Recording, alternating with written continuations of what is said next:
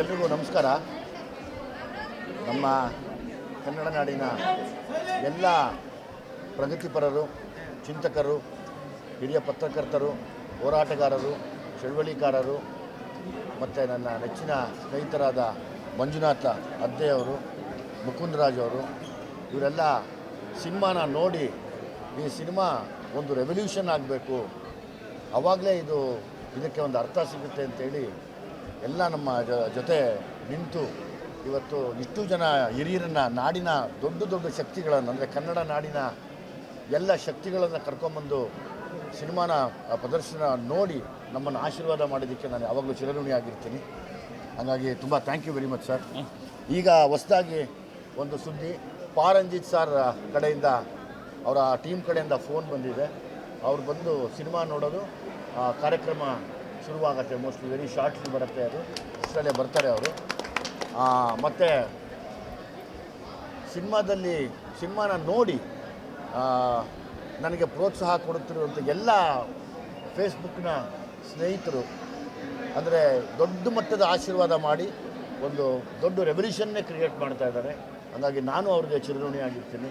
ಸದಾ ಈ ಥರದ ಒಂದು ಕಥೆಗಳು ಮಾಡೋಕ್ಕೆ ಯಾವಾಗಲೂ ನಾನೊಬ್ಬ ಮುಂದೆ ನಿಂತ್ಕೋತೀನಿ. ನಾನು ಅದ್ರ ಬಗ್ಗೆ ಯೋಚನೆ ಮುಂದೆ ಏನಾಗುತ್ತೆ ಅಂತ ಯೋಚನೆ ಮಾಡಲ್ಲ. ಒಳ್ಳೆಯ ವಿಷಯ ಇದ್ದಾಗ ನಾನು ನನ್ನ ಗುಣಮಟ್ಟನ ಯೋಚನೆ ಮಾಡಿದಿರ, ನ್ಯಾಯ ಏನು, ಸಮಾನತೆ ಏನು, ಅದನ್ನು ಮಾತ್ರ ಯಾವಾಗಲೂ ಯೋಚನೆ ಮಾಡ್ತಾ ಹೋರಾಡೋ ಅಂಥ ವ್ಯಕ್ತಿ ನಾನು. ಸೊ ಹಾಗಾಗಿ ನನಗೆ ಯಾರಿಗೂ ಹೆದರಿಕೆಯೂ ಇಲ್ಲ. ಈ ಥರದ ಕಥೆಗಳನ್ನ ಮಾಡೋದಕ್ಕೆ ಇನ್ನೂ ಮನಸ್ಸು ಮಾಡಿದ್ದೀನಿ.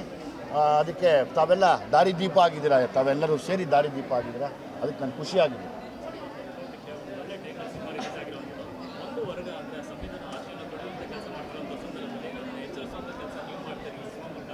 ಹೌದು, ಅಂದರೆ ಕೆಲವರಿಗೆ ಪಾಪ ಇದು ಇಷ್ಟ ಆಗ್ತಾಯಿಲ್ಲ, ಆದರೆ ಅವ್ರಿಗೆ ಗೊತ್ತಿಲ್ಲ. ಎಲ್ಲರ ಮನೆಯಲ್ಲೂ ಬಡವರಿದ್ದಾರೆ, ಎಲ್ಲರ ಮನೆಯಲ್ಲೂ ಕಷ್ಟ ಇದೆ, ಎಲ್ಲರ ಮನೆಯಲ್ಲೂ ಶೋಷಣೆ ಇದೆ, ಎಲ್ಲ ವರ್ಗಗಳಲ್ಲಿ ಶೋಷಿತರಿದ್ದಾರೆ.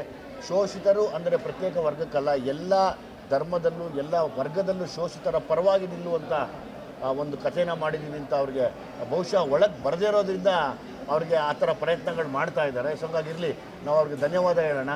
ನೀವು ಒಂದಲ್ಲ ಒಂದು ದಿವಸ ನೋಡ್ತೀರಾ, ಅವತ್ತು ನೀವು ಕೂಡ ನಮ್ಮ ಬಗ್ಗೆ ಬರದೇ ಬರೀತೀರಾ. ನಾವು ಯಾರನ್ನು ಎದುರಾಕೊಳ್ಳೋಕ್ಕೋ ಅಥವಾ ಯಾರ ಮೇಲೋ ಮುನಿಸ್ಕೊಳ್ಳೋಕ್ಕೋ ಇದನ್ನು ಮಾಡ್ತಾ ಇಲ್ಲ. ನಾವು ಮಾಡ್ತಾ ಇರೋ ಹೋರಾಟ ಸಂವಿಧಾನ ಮತ್ತು ಸಮಾನತೆ, ಅದನ್ನು ಬರೆದಂಥ ತಂದೆ ಬಾಬಾ ಸಾಹೇಬ್ ಅಂಬೇಡ್ಕರ್ ಅವರು. ಅದನ್ನು ಹೇಳ್ತಾ ಇದ್ದೀನಿ ಅಷ್ಟೇ. ನಾನು ಅದನ್ನು ಹೇಳೋಕ್ಕೆ ನಾನು ಎದೆ ತಟ್ಕೊಂಡು ಉಸಿರು ಇರೋವರೆಗೂ ಹೇಳ್ತಿರ್ತೀನಿ ನಾನು. ಹೌದು, ನಾನು ಸಂವಿಧಾನಕ್ಕೆ ತಲೆ ಬಾಗಿಸ್ಬೇಕು ಅಂತ. ಆ ನಿಟ್ಟಿನಲ್ಲಿ ನಾವು ಕಥೆ ಮಾಡಿದ್ದೀವಿ ಹೊರತು ಇನ್ಯಾರಿಗೋ ಪ್ರಚೋದನೆ ಮಾಡೋಕ್ಕೋ, ಇನ್ನೊಬ್ಬರನ್ನ ತುಳಿಯೋಕ್ಕೋ, ಇನ್ನೊಬ್ರಿಗೆ ಇದು ಮಾಡೋಕ್ಕೋ ನಾವು ಅದನ್ನು ಯಾವತ್ತೂ ಯೋಚನೆ ಮಾಡಿಲ್ಲ, ಮಾಡೋದು ಇಲ್ಲ. ನಮ್ಗೆ ಅದು ಬೇಕಾಗೂ ಇಲ್ಲ ಯಾವತ್ತೂ.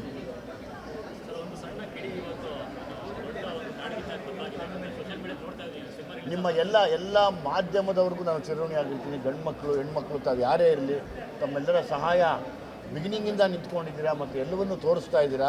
ಸೊ ಹಾಗಾಗಿ ನನ್ನ ಹೋರಾಟದಲ್ಲಿ ತಾವು ಕೂಡ ಭಾಗಿಯಾಗಿದ್ದೀರಾ. ಹಂಗಾಗಿ ನಿಮಗೂ ಒಂದು ಸಲಾಮ್. ಯಾಕೆಂದರೆ ನೀವೆಲ್ಲ ವಿದ್ಯಾವಂತರು, ಓದ್ಕೊಂಡಿರೋರು, ತಿಳ್ಕೊಂಡಿರೋರು, ನೀವೆಲ್ಲ ಜರ್ನಲಿಸಮ್ ಮಾಡಿರ್ತೀರ.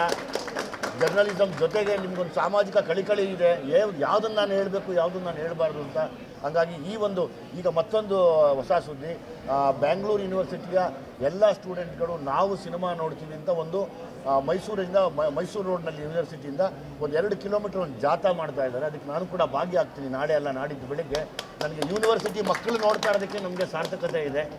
ಅಲ್ಲೂ ಎಷ್ಟೋ ಜನ ಯೂನಿವರ್ಸಿಟಿಯಲ್ಲಿ ಬಡವರು, ಅಂದರೆ ಎಲ್ಲ ಬಡ ಸ್ಥಿತಿಲಿರುವಂಥ ಸ್ಟೂಡೆಂಟ್ಗಳು ನೋಡ್ತೀನಿ ಅಂದಾಗ ಅದಕ್ಕಿಂತ ಹೆಮ್ಮೆ ಪಡುವಂಥ ವಿಷಯ ಇಲ್ಲ, ಅದಕ್ಕಿಂತ ಸಾರ್ಥಕತೆ ಇನ್ನೊಂದಿಲ್ಲ ನಮಗೆ ನನ್ನ ಗಣೇಶನ ಹೋರಾಟದಲ್ಲಿ. ಸೊ ಹಾಗಾಗಿ ನಾನು ಕೂಡ ಆ ಜಾಥಕ್ಕೆ ಪಾಲ್ಗೊಳ್ತಾ ಇದ್ದೀನಿ.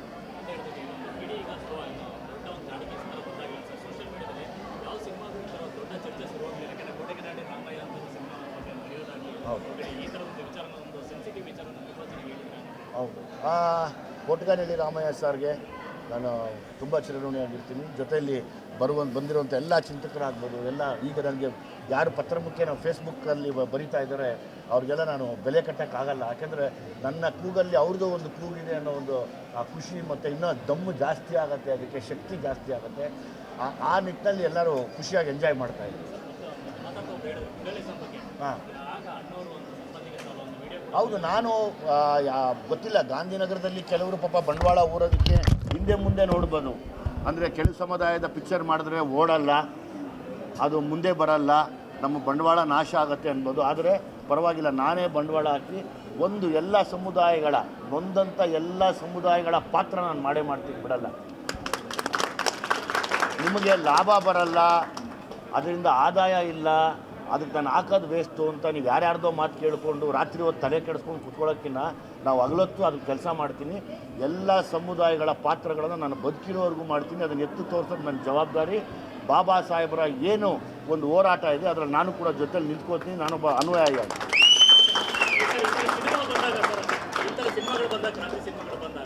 ನೀವು ಬೇರೆಯವ್ರ ಸಿನಿಮಾಗಳ ಸಪೋರ್ಟ್ ಆಗಿದ್ದು ಸಾಕಷ್ಟಿದೆ. ಈಗ ಕಾಂತಾರ ಈ ಥರದ ಸಾಕಷ್ಟು ಸಾಲು ಸಿನಿಮಾಗಳಿದೆ. ಇಂಡಸ್ಟ್ರಿಯ ಸಾಥ್ ಯಾವ ಮಟ್ಟಿಗೆ ಸರ್? ಅದೊಂದು ಸಿನಿಮಾ ಗೆಲ್ಲೋ ವಿಚಾರದಲ್ಲಿ ಎಲ್ಲರೂ ಸಿನಿಮಾ ನೋಡೋಕ್ಕೆ ಈಗ ಶುರು ಮಾಡಿದ್ದಾರೆ. ಕಳೆದ ವಾರದಲ್ಲಿ ಒಂದು ಸ್ವಲ್ಪ ಎಲ್ಲ ಇದಾಗಿರೋದ್ರಿಂದ ಎಲ್ಲ ಬ್ಯುಸಿ ಆಗಿದ್ದರು. ಈಗೆಲ್ಲ ಒಬ್ಬೊಬ್ಬರೇ ನೋಡೋಕ್ಕೆ ಶುರು ಮಾಡಿದ್ದಾರೆ. ಶುರು ಮಾಡಿ ನಮಗೆಲ್ಲ ವೀಡಿಯೋ ಮಾಡಿ ಕಳಿಸ್ತಾ ಇದ್ದಾರೆ. ಮೊನ್ನೆ ವಿನಯ್ ರಾಜ್ಕುಮಾರ್ ನೋಡಿದ್ದಾರೆ, ನಾಳೆ ಶಿವಣ್ಣ ಅವ್ರು ನೋಡ್ತಾ ಇದ್ದಾರೆ. ಶಿವಣ್ಣ ನೋಡಿದ್ಮೇಲೆ ನನಗಿನ್ನೇನು ಆಶೀರ್ವಾದ ಬೇಡ ಅನಿಸುತ್ತೆ. ಜೊತೆಯಲ್ಲಿ ಶರಣ್ ಸಾರ್ ನೋಡಿದ್ದಾರೆ, ನಮ್ಮ ಶರಣ್ ಅವರು. ಅದು ಬಿಟ್ಟು ನಮ್ಮ ನೀನಾಸಂ ಸತೀಶ್ ಈಗ ಮಾಡಿದರು. ಮೋಸ್ಟ್ಲಿ ಧನಂಜಯ ನೋಡ್ತಾರೆ. ಈ ಥರ ಎಲ್ಲರೂ ನನಗೆ ಸಾಕು, ನನ್ನವರು ಅಂತ ಇರೋರು ನೋಡಿದ್ರೆ ಸಾಕು ನನಗೆ.